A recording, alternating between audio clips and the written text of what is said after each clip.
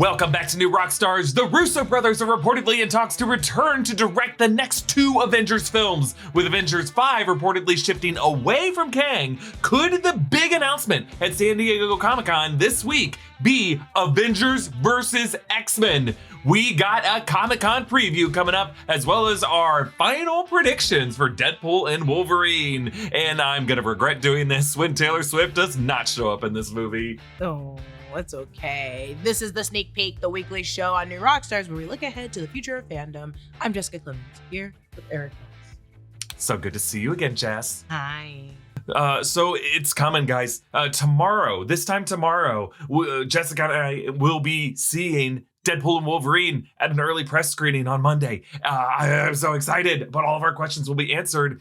And then at the end of the week, we're not going to have a sneak peek episode a week from today because we're going to have so much Comic-Con news. And you'll see Jessica and I like talking about all the Comic-Con news. It just won't be like an episode of sneak peek the way these are normally. But yeah, we're going to be at Comic-Con this coming weekend with John Costa, our head of production. And I can't wait. It's going to be so exciting to see all this stuff. Mm-hmm. All right, we got to talk about this Russo brothers news. This came from our friends at The Hollywood Reporter, Boris Kidd and Aaron Couch. Headline, Marvel shocker. Russo brothers in talks to direct the next 2 Avengers movies. Exclusive. They report Joe and Anthony Russo are assembling a team once again. The Russo brothers are in early talks to return to Marvel Studios to direct not just 1, but the next 2 Avengers movies. Sources tell The Hollywood Reporter the hiring ends a months-long high-stakes search by the studio for filmmakers to oversee the 5th and 6th Avengers movies. Multiple names were in contention, including Deadpool and Wolverine director Shawn Levy, who was offered the gig. Sources say the talks are in the early stages. And then at the end of the article are some interesting details. They say the 5th Avengers movie was previously titled Avengers Kang Dynasty and was to star Jonathan Majors as the time-traveling villain Kang, but Marvel cut ties with the actor after he was convicted of assault and harassment in December. Shang-Chi and the Legend of the Ten Rings director Destin Daniel Cretton was once attached to direct Kang Dynasty, but he departed a month before Major's conviction. The feature is expected to get a new name and a new focus. The 6th Avengers film is Secret Wars, which is a storyline the Russos have long talked about wanting to adapt. A pair of 1980s comic book series focused on an all-powerful antagonist known as the Beyonder, who in the first installment pitted Marvel's heroes and villains against each other on a planet known as Battleworld. A 2015 revival served as the climax to writer Jonathan Hickman's own multiverse saga, which has already had elements referenced in Doctor Strange and the Multiverse of Madness. In Hickman's Secret Wars, all of Marvel's multiverses are destroyed, with remnants surviving on a single planet ruled by the villain Doctor Doom. Avengers 5 is set for May 1st, 2026, and Secret Wars is set for May 7th, 2027. Okay. So your initial thoughts to this, Jess? I love the Russo brothers. And by I love the Russo brothers, I love I love Endgame. So I'm like, yeah, I think that's a great to come back. Would they just write it and then Shawn Levy would direct it? Are they trying to do a co-thing? Or because they normally direct too. So wait, they're just... Yes, no, they're being talked to for directing it. Shawn Levy's out. Oh, okay. Rumor has it Shawn Levy is looking at a Star Wars project. Shawn Levy was offered it. He's out. Russo brothers are in. They've always wanted to direct Secret Wars. And really, it looks like Marcus and McFeely are being brought back to write. They're the ones who worked with the Russo brothers on all of their Marvel movies. And in my opinion, Marcus and McFeely are the reason why those movies are successful. Yeah. Nothing against the Russo brothers, but those 2 writers are really who brought all the pieces together. I guess you could, but they could write a masterpiece and still have it look like crap. Oh, sure. No offense, not saying that they're not bad, but I'm just like, I think that's what maybe the Russo brothers and them have made a good cup of tea together as a unit. Yes, as a quad. They work well together. Yeah, I would like that. And also it's like, it does take that mathematical. I remember I was reading an interview with Kripke talking about The Boys and the showrunner, and they were like, I used to work at Marvel and it was a lot to keep up with the timelines. And it became just like so hard to even produce something to make it bigger or to go forward. They just kind of want to stay with the math that was already in the previous movies. So I'm like, those writers were really good at calculating how to use the multiverse, but also how to function within the MCU. So I trust it in their hands to do the next 2 movies, especially with everything that's going down, with people being fired, people being let go, things rewritten, reshot. No one knows where Blade is. bring four people that we can trust in. Yeah. Yeah, I think some people, some cynics on the internet might say that the Russo brothers Marvel directed films don't look that good. Now, what do we mean by that? I think and also what are we comparing it to? I know. I think what they're saying is that like the shot composition, the color balance, the tonal look of the film, the visual style of the film, and yeah, these guys are TV directors, and what the reason why Civil War, I think, looks good are the stunts. Mm-hmm. Like the way these battles are composed. I think they are kind of desaturated in a way that felt visually flat at times. I think the final battle of Avengers Endgame, despite a couple key shots that were probably composed by previs and concept artists, not the Russo brothers, a lot of the final battle of Avengers Endgame looks ugly. Like the shot looks ugly, but it's still so cool that it's happening that we don't care. And the fact that it is so cool is really a testament to the Russo brothers being able to corral all these jigsaw pieces into place to make sure that these the pacing works and that the fireworks go off at the right times and that our emotional heartstrings are tugged. And just their decision to stay on Thanos for that long as he raises his hand and snaps, clink, nothing, turns the gauntlet around and realizes it's empty. That was a Russo brothers decision. So yes, that's why I think they're the right guys for this job. Yeah, I think they're great. I think also, no offense, a lot of 2010, 2012 even Marvel doesn't look good. But that's just me. I'm like, during the time, I was like, I didn't really capture it because I was also like, 15? So yeah, I'm not going to notice that shit. But yeah, I guess when you have a like really incredible stunt work, I'm not really betrayed too much about the cinematography. But that's also me with Endgame where they're fighting a bunch of aliens. You can't, the blue screen on it is probably immense. Yeah, I think like when you watch interviews with Marcus and McFeely versus with the Russo brothers just seem exhausted. It's Joe and Anthony 100%. Just sitting there, and Joe is sitting there with a coffee cup, and he's like, "Yeah, we had to set up a green screen back there, and yeah, and then Robert Downey Jr. just needed another take of it, so we just did." And you could see he's just like trying his best to keep up with like the visual effects team, the editors of Marvel, but he has because he's so chill. I think everyone loves working with him and with Anthony, and that these two guys can just kind of like keep everyone in a place where they are collaborative, willing to do another take, willing to figure out something different with the setup of a sequence, and also willing to make difficult sacrifices. Like in the Endgame final battle, there was supposed to be like all these set videos we saw of all the actors together in the middle of the battle was going to be this big trench scene where all of them were bickering with each other about what to do next in the battle.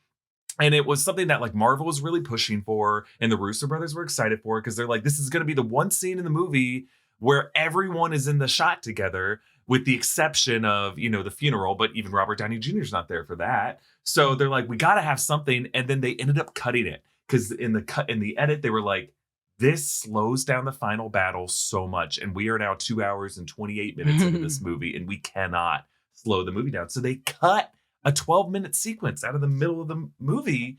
And I think that takes a creative vision that the Russo brothers truly have. They can see all the moving parts. They can see the forest above the trees. And that's hard to do. That's hard to ask a director to do. But the question we have is now Avengers 5. If it's not going to be Kang Dynasty, is it going to be Avengers versus X-Men? Is that now what Deadpool and Wolverine are going to set up? Can we bring in, are we going to basically get a sequel to Deadpool and Wolverine with some of these multiversal X-Men in a pre-battle world, first like Secret Wars Part 1, where it's just the Avengers versus the X-Men? That would be fun. Do you think Deadpool and Wolverine wasn't already like set in its ways before Jonathan Majors was released from Marvel? I think it was, but I think Ryan Reynolds was writing that script in fall 2022. Majors got in trouble in March 2023, just like 5 months after that.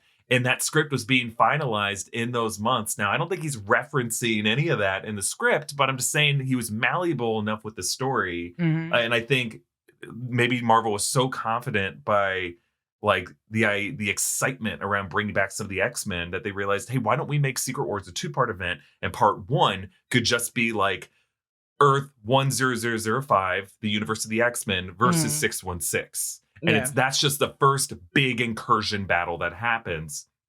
And then part 2 is the Secret Wars event that brings in everything fighting for their existence. Yeah, that could happen. I also, do we know where Fantastic Four is? Fantastic Four after, isn't it after Secret Wars?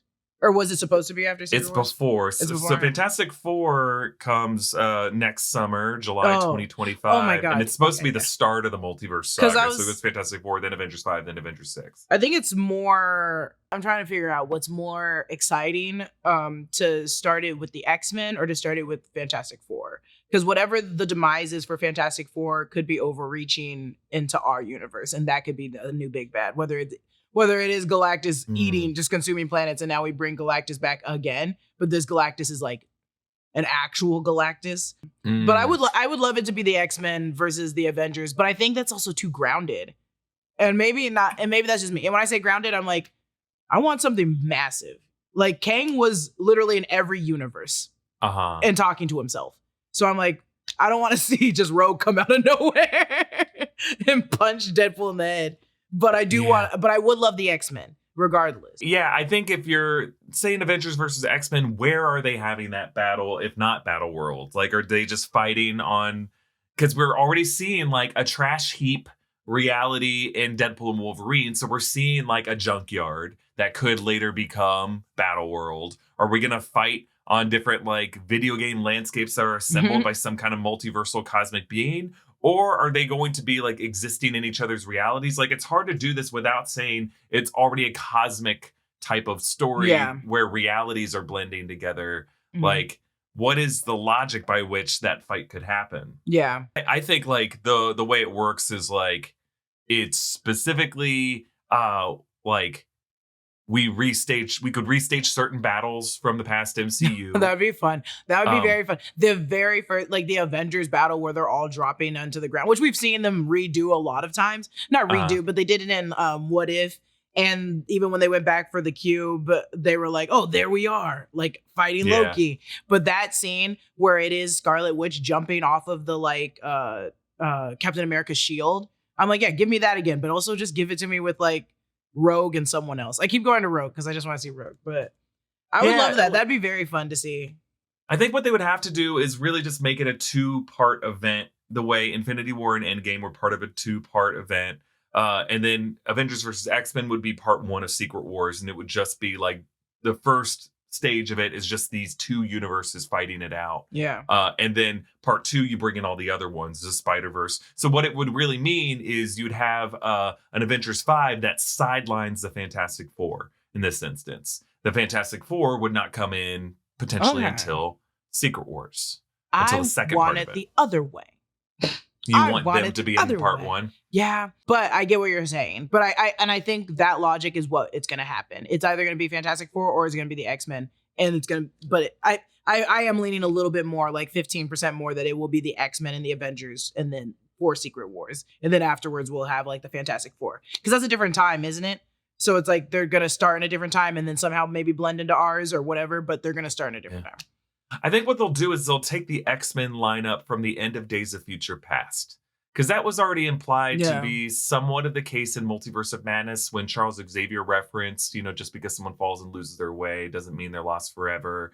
That Charles either knew or was connected to that continuity, and that like the way that was the last time we saw all the X-Men like alive together in the closest thing to a live action version of like the 90s X-Men, the animated series continuity. All the X-Men are in the mansion. They're all on a team together. They're all alive. And Charles is got some crazy theories. Yeah. I don't think anyone is dead. That was just how Days of Future Past wanted to end things. And then Logan was like 5 years after that, but like some distant future where mutants have been killed off by toxins and energy drinks and that sort of thing. But we never really got to live with that era of the X-Men alive. And that's true. I've always liked the idea that era could have been 838 universe in Multiverse of Madness, because the way things are left in Multiverse of Madness is Wanda Maximoff killed the Illuminati, but her body is no longer possessed, and she still has to live in that universe where like pretty much all the Illuminati are killed. So how are the X-Men going to feel about that? To learn that Charles has been murdered, to learn that Reed Richards, John Krasinski has been murdered, that universe is Sue Storm and Wolverine and Scott Summers going to come knocking on her door, screaming at her. That'd be fun. So I kind of like, let's revisit that world and let that be the impetus for Avengers versus X-Men. That would be nice. And they like Multiverse of Madness, so they do it. Just do it. Remind everybody, and everybody likes Wanda, so just do it. And it gets to be another Wanda story. That's what I like it gets to be another Wanda story. Yeah. Which they know the fans are clamoring for. So it's like it's a win-win situation if you go off this. Just button up what happened here. It'll be fine. Do they know it? Does Brad Winderbaum know it? I think he know. He said witches, more like bitches. He's like, it's real fun. I guess we if were you're so 5 mean years to Brad. old. We're not mean to him. You heard it. Everybody heard it. Everyone heard it. He did not care. And then that trailer dropped and I said, I'm very excited. What did he watch? A different trailer? I think looking back, he knew that trailer was a heater and it was coming. And he didn't want to say the wrong thing or say too much. And so the way it came out was, it's real fun. It's kind of scary. And he wanted to be like, oh, wait till you see this great trailer. Sure. I don't think it was. I think he was just like, it's not my cup of tea. Because as soon as we started talking about what if, he went, oh, no, this is my cup of tea. What if Marvel's gift to animation? What if? So I think the big announcements that we think might be coming at San Diego Comic-Con, whatever the titles and concepts of these Avengers 5 and Avengers 6 are going to be, we're hearing rumors that there will be a Thor 5 that is announced, which is surprising to me. Says who? This is just according to the rumor mill. Who? According to the rumor mill, it's not confirmed. I better get a Doctor Strange 3 before I get a Thor 5. You are out of your mind. You are I think Avengers 5 could be kind of like a Doctor Strange Wanda story, like a Multiverse of Madness follow-up. I need to see him and Clea doing all their things. I don't want it to just be immediately a jump and they're all like, yeah, we saved the Dark Dimension, did everything else. I'm like, no, I want to see it.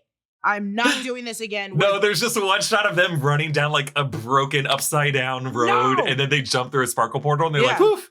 Well, that was crazy. Let's sit in a cold metallic room for 2 hours. No. You let me see what you did. And I want to see, because I don't want you guys kissing as soon as you come out. I wanted to see that romance start. Doctor Strange 3. Doctor Strange 3 before Thor 5, you guys. Thor 5? Are you high? I'm sorry. I agree. I want a Doctor Strange 3 before Thor 5. But are they really that excited about Hercules and Thor just muscling it out? I mean, I'd watch. Of course, I'm gonna watch it. I just think I have so many other titles I need to see before. But it wouldn't be Taika. It'd be a completely different director. But does that mean Thor movies are just gonna get real gladiatory and Viking-y again? I'm still confused. I mean, no hate. Again, I love Thor. But I'm just like, whoa, you're going to give Thor Love and Thunder. I mean, I guess it was a while ago. Was it? Yeah, it was longer than Doctor Strange Multiverse of Madness. It came out 2 months after Multiverse of Madness in summer 2022. So why the hell? Okay. Maybe it's because Benedict Cumberbatch is busy. This would be his third movie. Hey, we don't know. We don't know what release dates they'd be talking about either. Like, this could come out in 2029. That is true. Who knows? Origins, I'm also irritated because Origins for MCU are always in 3s. So I was like, Doctor Strange fully will like get to his arc in the 3rd movie. He will be his best that he can be in the 3rd movie, at least by the time of the 3rd movie. So I'm like, and maybe that's the essence to it all, is like, he's always going to be really good. Like in Secret Wars, he's going to be even better. He's going to learn and become better and become better and become better. He can't hit his 3rd yet. He has to hit his 3rd movie in like 2040. We also are hearing rumors we might get a second Shang-Chi film announced. Now that I think the world is ready for. And I think we'd be super pumped to hear that. I'm ready for that. We're hearing rumors that Blade might get delayed. That's going to be interesting. They're going to announce it? That they would announce that at Comic-Con. Like, normally they just bury that. But at this point, to take something that has been delayed this many times and be like, and Blade coming in fall 2027, people are going to lose their Every minds. Black person better get up and walk out, including myself. We'll stage a protest. You guys, we can't have them do this to us. Thor's getting a 5th movie. A 5th movie. And I'm going to be the first one that stands up and I go, all of us out. And I'm the only one leaving. Someone's going to take my press seat immediately. Yeah. Why would you announce? I mean, I understand announcing it because I don't everyone's yelling about it and you guys aren't addressing it. So why not address it at a place where the press will get it out, everyone on social will get it out, everyone will talk about it, and then it's done. I'm done. I got it out. But I am going to boo and yell. What new titles that currently have not been discussed, not sequels, but what new titles do you think Marvel could announce at San Diego Comic-Con of like long time people have been wanting to see this movie happen? Other than what Fantastic would get you Four? most excited? We know Fantastic Four is coming. Like we know like mean, like, Eternals and all them already exist. Vision I'm talking Quest? Nova. Like Oh yeah, Nova. could they announce a Nova movie? I think you guys can announce. No, I think this is just me. They have so much shit on the docket right now. Announcing another project. If you announce Thor 5 and then you announce another new project, I'm going to be like, finish the other 7 first. And then you can get to this. I think if anything, we might get like a first 10 minutes of Brave New World. Like we might see like the first, the little sneak peek of it. Or Thunderbolts. Yeah, I think we're supposed to get a trailer for Thunderbolts. Thunderbolts. Is another rumor. Oh, that would be fun. Finally. Yeah, I'm just thinking like not trailers, but just announcements. Yeah. Like I think this is. It seems like it's the announcement of Fantastic Four news. We already know the cast, but I think they might confirm who everyone is playing and who might be playing Doom. I think that's gonna be a big part of it. I think beyond that, they need to get us excited and say, we're doing a Cyclops series. We're doing a Storm series. Like, we need to see X-Men titles on the slate. If they say a series, I won't mind because there's no series coming out. But if they say we are doing a movie, I'm going to say, I've been waiting for Ironheart. I've been waiting for all these other ones. And you guys have a long docket to get to. So I don't want to hear any new things until you address the old ones. But a series, I'm like, yeah, give it to me. If Kevin Feige really wanted to reassure investors right now, this is what I think he should do. He should give all the titles that we have. There should be some news about Blade that reassures us. Tell us when Ironheart's coming and when Vision Quest and Wonder Man and all those other ones that we're expecting for Armor Wars. Keep those on the slate. But tell us the full cast of Fantastic Four. Announce an Avengers Secret Wars Part 1 and Part 2, and Part 1 is Avengers versus X-Men. That's kind of a follow-up to Multiverse of Madness with Wanda Strange and Clea. And then you got your Shang-Chi, Thor 2 or Thor 5, fine. But say on the other side of that, the Mutant Saga is coming. And here are the 4 titles we want to do as phase 1 of our Mutant Saga. And that, have your Storm series, have your Nightcrawler series, your Gambit series, your Rogue series, whatever. But just tell us that a Mutant Saga is coming and give us a sense of what those titles are. 100%. They're going to, you know what they're going to do? They're going to tell you like a Mutant Saga is coming. Miss Marvel, our number 1 mutant, which is fine. I don't mind. But I'm like, we are talking about X-Men. That's what we're asking for. And they're like, you want to know about the mutants that are already here? And I'm like, no! Tell me about the new one. You don't want to see a Namor movie? Give me more photos of X-Men. No, I don't want to. I don't think they're going to do a Namor movie. No? He got in trouble too. Yes. I think they're going to, in Avengers 5, they will permanently kill off Ant-Man Paul Rudd. I think he's done. That you're just killing off the whole Ant-Man then, because Wasp isn't coming. Oh, well, I guess his daughter. They had a good run, Jess. They got 3 movies out of Ant-Man. They did. And technically, and he was in Civil War and Endgame. Yeah. He got to be in everything. He saved the world, technically. So I mean, look, if you're ever doing Vulture Cinematrix and Paul Rudd shows up, man, you are swimming in options to plug in there. You could just use the Marvel movies. Yeah, there you go. Damn. Yep. There goes Ant-Man. That'll be our next sneak peek, is like which superhero franchise, or not superhero franchise, but like grouping is just done for. Or not done for, but just gone. Because I do think Black Panther's like, we're not making any more movies. They're like, you got 2, and we're now done. Ryan Coogler will not do a Black Panther. I would hate that if that's the end of the Black Panther. I think it is for the movies. They're not. I don't think they're going to do one. They'll do it differently in the future on another side. We'll talk about this offline. I do not think they're going to touch it anymore. Those people are also busy as hell. Every one of those actors are busy as hell. Yeah, it would have to be a completely different team, different cast, different everything, I think. Okay, we have another segment we want to do about our final predictions for Deadpool and Wolverine. First, just a little sneak peek at new Rockstars for the next week. We have what might be our busiest week of all time at new Rockstars. So tomorrow will be my breakdown of House of the Dragon episode 6. And then on Tuesday will be a no spoiler review of Deadpool and Wolverine. It's coming out on Tuesday. And then on Thursday will be our breakdown of the post-credit scene of Deadpool and Wolverine. We're not going to spoil it from the beginning. We'll put some proper spoiler warnings. But once you get into that video, we're going to spoil the shit out of that movie. And then on Friday will be a video that I have been preparing for this entire year.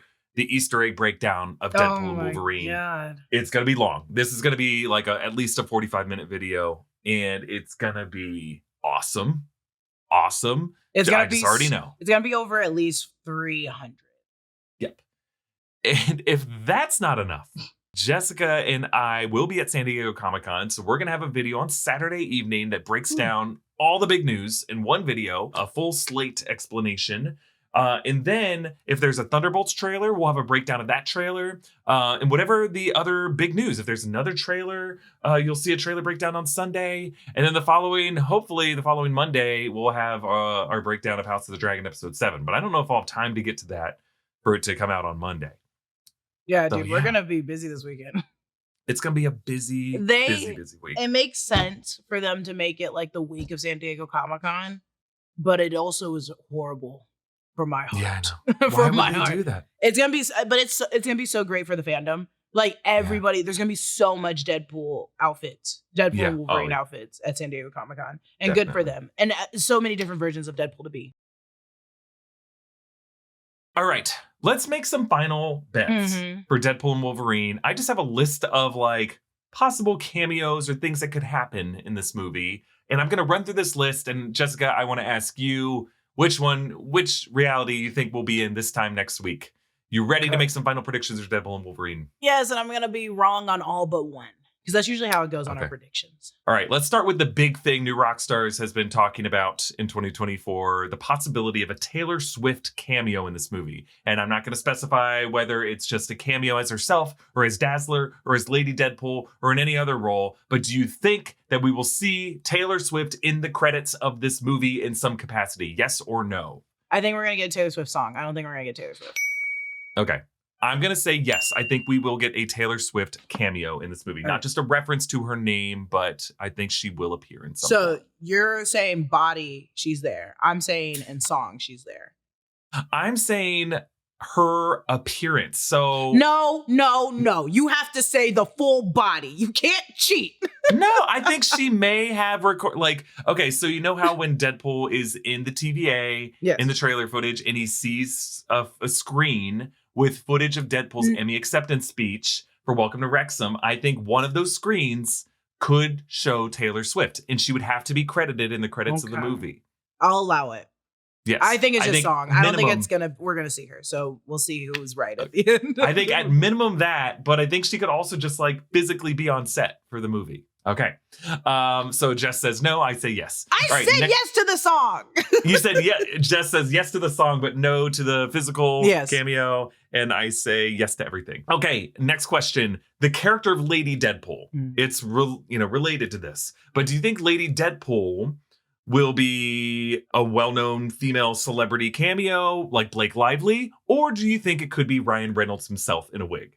I hope it's Blake Lively. The hair kind of matches the images that we've all been seeing. Her hair is like the same shade. I think it's going to be Blake Lively as well.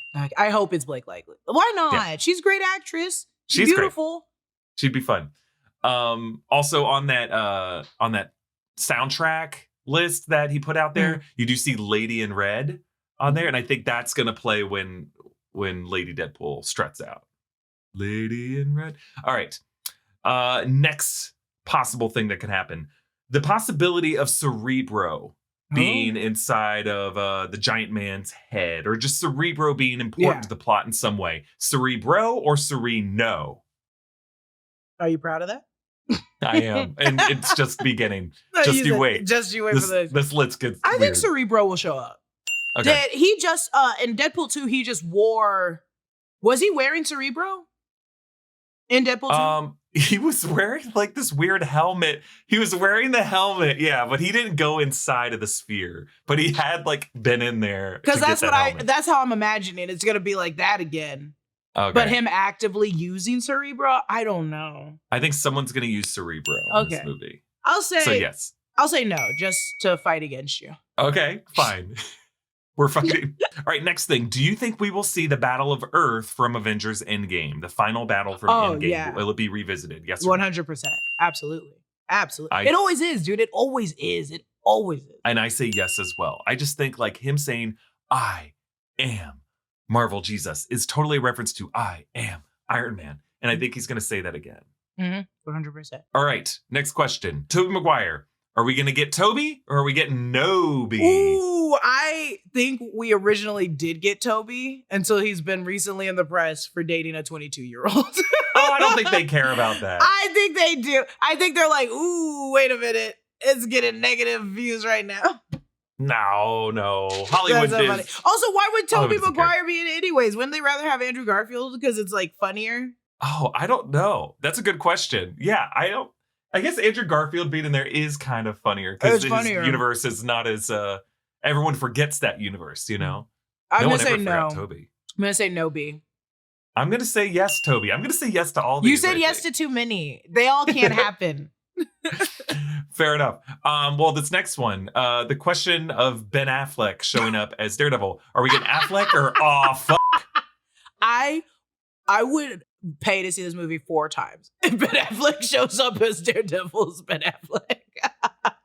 I don't think so. I think Ben Affleck's too. I don't think they would ask Ben Affleck. I'm gonna say Okay, you're saying All right, I'm gonna say yes to Affleck. I think he's in it. That would be very fun. That would be very funny. That would be so funny to put that man in this movie.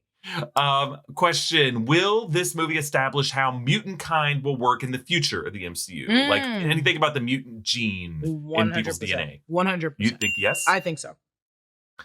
I am going to say no. Okay, you said you were going to say yes to everything. I know I was going to say yes to everything, and I did theorize this in a video recently. I just think that Sean Levy and Ryan Reynolds may feel like that was not under their purview to establish exactly how the mutant gene will work in the MCU. I completely agree with that, but I think Marvel would be like, okay, your movie has to contribute in a major way, so you're going to be the one that introduces the mutant gene. I see. All right. Final question. Secret Wars. Do you think we will get a physical appearance of someone playing Doctor Doom or God Emperor Doom? No. I think the bits that we saw in the trailer that are like, oh, this is Secret Wars. I think it is Secret Wars. But I think we're put onto the planet where this faction is ran by Cassandra Nova. So it's one portion of Secret Wars. And then they go through the portal to a different place. So we're not going to see a lot of Secret Wars planet. We're just going to see like this one portion of it. So I don't think we're going to see Doctor Doom. But Doctor Doom is there. See, I think we get a verbal reference to Doctor Doom, but not any physical reference. Yeah, only because in the 2005 and 2007 and 2015 movies, those two actors who played Doctor Doom just don't have, nothing against those actors, just didn't really have that memorable of a take on the character. Do you say 2015? Well, the 2015 Doctor Doom, yeah. I mean, that guy, have you seen him in anything else? He probably, he just looks like every other guy. Right. And he's a very good actor. I'm just saying, like, no one thinks about that performance other than the scene where he's just like Cronenberging his way through a hallway. Yeah. That part and the fact that it's Doctor Doom. That was like the reason why I saw that movie. And then I went, this is not the Doom I was thinking. No. Wasn't the Doom anyone was thinking of. So I think we might get a reference to Doctor Doom and how like forgettable those Dooms were. So forgettable that they didn't even make this movie. I think it's gonna be the joke. God damn. Yeah, I think so. I don't think it's going to be that he's bad. I think even Cassandra Nova might be like, or maybe it is that he's bad. Cassandra Nova's like, I run this part because that stupid scientist is an idiot. All right. Well, those are the predictions we are locking in. And then this time tomorrow, or sometime Monday or Tuesday, we will know how right and wrong we were, and we'll revisit this. I can't wait for Taylor Swift to physically show up. She's going to be the opening. It will open that way, like the Celine Dion. It will open with freaking Taylor Swift. Hi, Peanut. Look how good Deadpool looks in that suit. Nerd Riot can't get you a form-fitting leather leotard, but they've got awesome tees perfect for showing off your love for the merc with the mouth. Nerd Riot has a whole bunch of designs inspired by the film, from the best-selling Dead Man in the Mirror and face-off designs to a fun choose-your-fighter design in the style of an old-school 1v1 fighter game and a crayon doodle of some best bubs. Grab one now to wear to the theater on opening night and be the best bub to whoever you're going to see it with by grabbing them one as a gift too. Click the link in the description below or head to nerdriot.shop to get your claws on some Deadpool and Wolverine tees today. This is gonna be a fun week, and I can't wait to just kind of like, either if I'm right or I'm wrong about Taylor Swift, to finally just put this to bed and have answers. Oh my, I think that's my biggest, my excitement for this movie is being like, I just need to know. And I think Marvel should keep that going forward with trailers. Just showing us the first like 10 minutes or 40 minutes or whatever they've been saying. I'm like, this is great because I still have questions.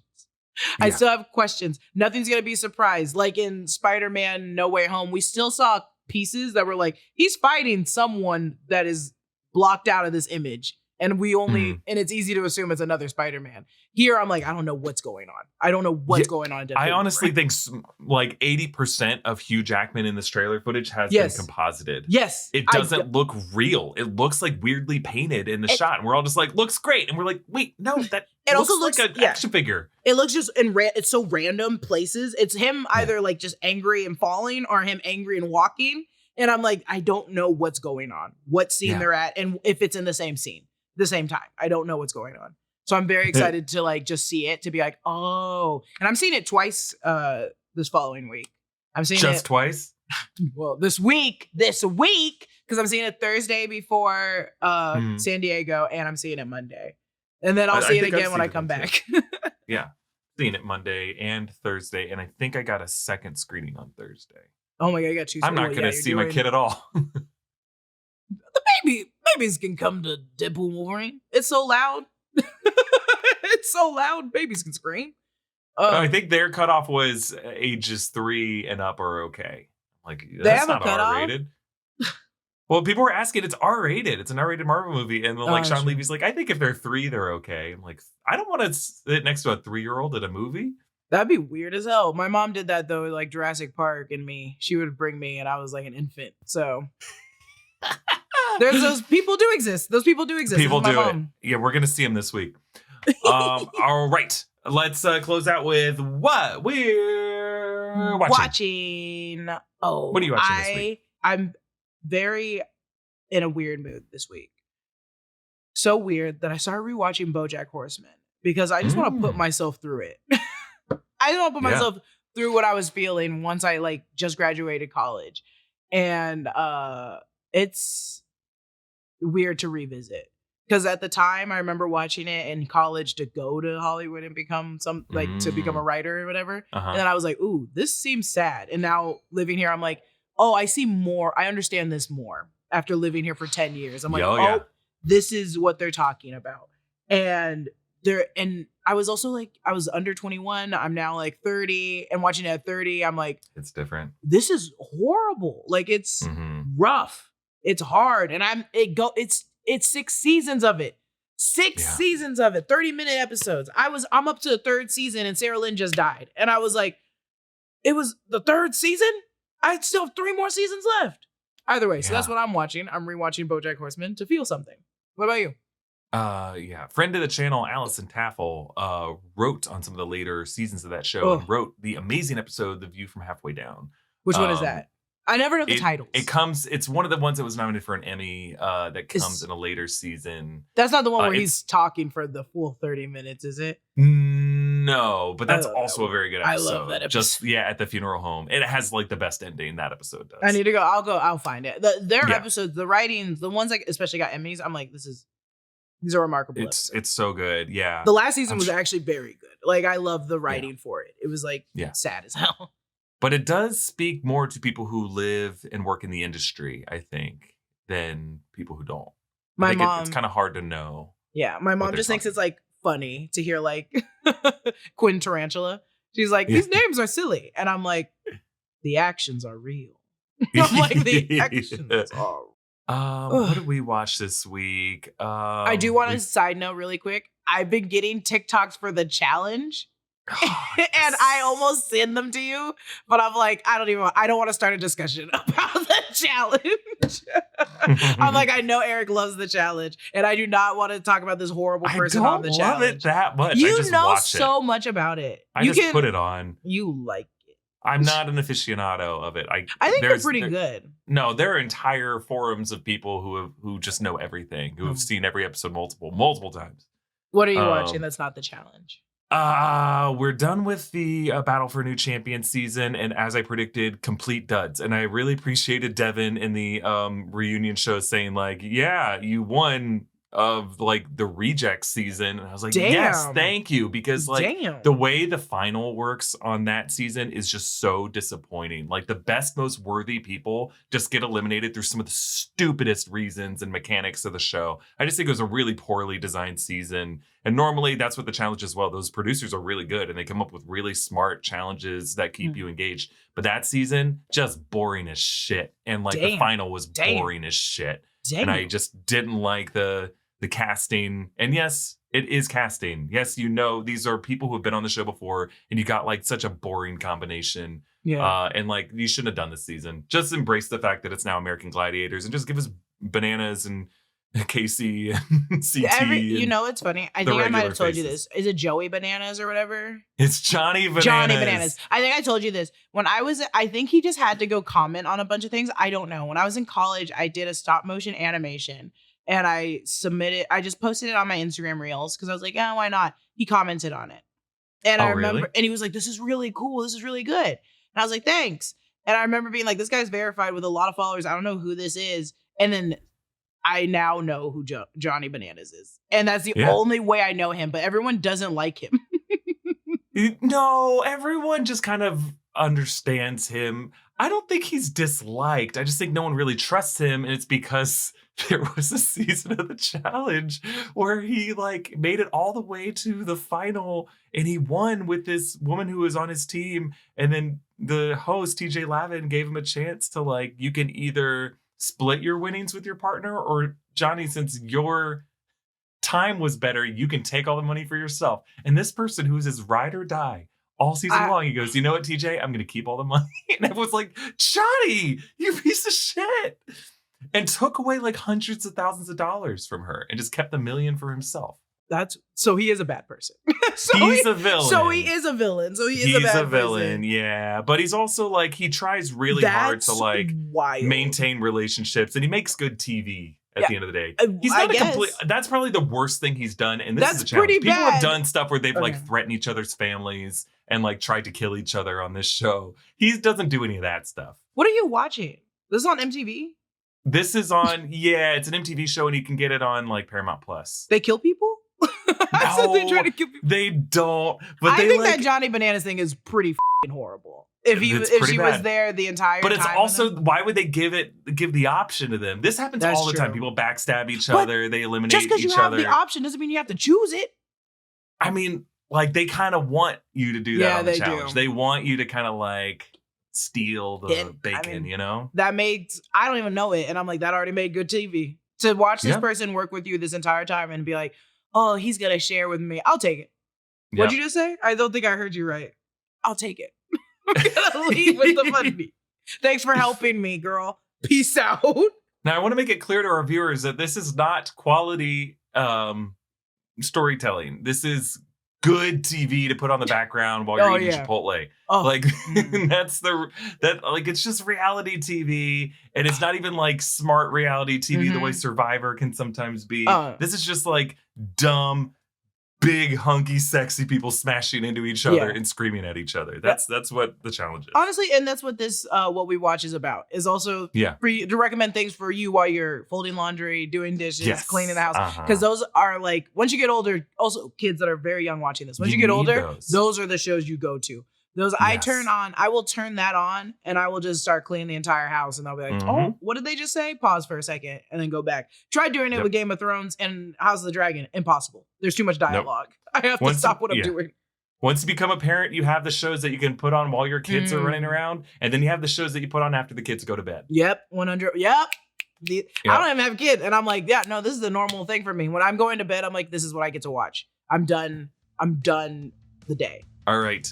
Well, we will leave it there. And a reminder to everyone that we will not have an episode of the Sneak Peek next week. We're going to have too many other things going on the New Rockstars channel next week, but we'll be back the week after that.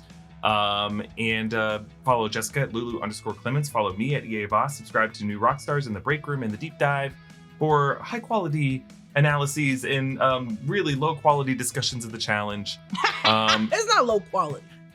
John and Bananas is somewhere cursing us out right now. Yeah, he's probably commenting on my TikTok, yelling at me. That was not cool. All right, everyone, have a great week. See ya. Bye.